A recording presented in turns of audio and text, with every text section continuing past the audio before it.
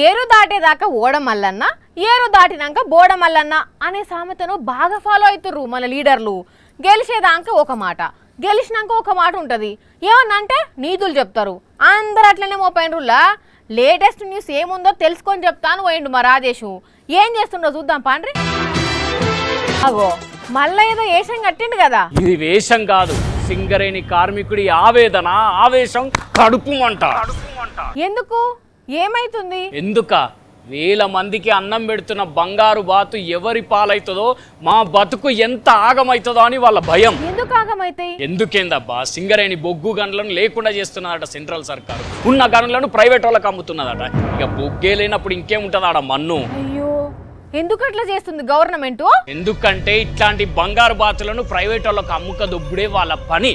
అందుకే గనులను అగ్గొకు అప్పచెప్పేస్తున్నారు. గనులు వేలం వేస్తే ఏమైతుంది రాజే? ఇప్పుడు సెంట్రల్ గవర్నమెంట్ గనులను వేలం పాడబెట్టి ప్రైవేట్ వాళ్ళకి అమ్మితే గనక సింగరేణి దుకాణం మూసేసుకోవాల్సిన పరిస్థితి. అవునా? మరి సింగరేణిలో పనిచేసే కార్మికుల సంగతి ఏంది? చెప్తా విను. ఇప్పుడు సింగరేణి దగ్గర 39 గనులు, 42,000 మంది కార్మికులు ఉన్నారు. వచ్చే 5 ఏళ్లలో 8 భూగర్భ గనులు, 3 ఓపెన్ కాస్ట్ గనులు మూతపడతాయి. ఆ పై 5 ఏళ్లలో 5 భూగర్భ గనులు, 6 ఓపెన్ కాస్ట్ గనులు మూతపడతాయి. ఈ లెక్కన 15 ఏళ్లలో సింగరేణి దగ్గర ఉండేది కేవలం 8 గనులు, 8,000 మంది కార్మికులు అంతే. అంటే ఈ లెక్కన గనులు మూతపడేసరికి మొత్తంగా సంస్థే మూతపడుతుంది. మరి మన లీడర్లు ఏమంటున్నారు? ఏమంటారు? ఎప్పటి లెక్క అంతా నువ్వే చేసినావు అంటే అంతా నువ్వే చేసినావు అని 3 పార్టీలు ఒకరి మీద ఒకరు దుమ్మెత్తి పోసుకుంటున్నారు. అవును గాని సింగరేణి గురించి నువ్వెందుకు అంత బాధపడుతున్నావు? ఎందుకంటే మా బాపు కూడా సింగరేణిలో పనిచేసే మమ్మల్ని సాధించాం. ఆ బొగ్గుతోనే మా జీవితాల వెలుగులు నిండినాయి.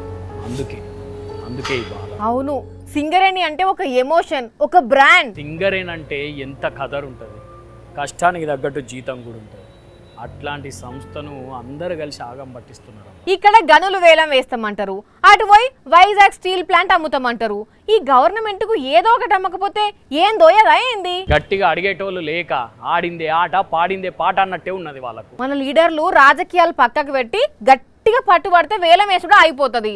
అట్లా కాకుండా ఒకళ్ళ మీద ఒకళ్ళు సాడీలు చెప్పుకుంటా నువ్వు అట్లా నువ్వు ఇట్లా అని తిట్టుకుంటా కూర్చుంటే కొంప మునుగుతుంది. ఏమో అబ్బా, దొంగలు ఉల్లు వంచుకున్నట్టు వీళ్ళందరూ కలిసి సింగరేణిని ఏం చేస్తారో అని.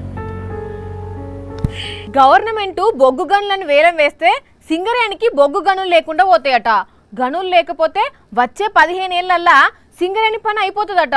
మరి గవర్నమెంట్ ఏం ఆలోచన చేస్తుందో ఏందో.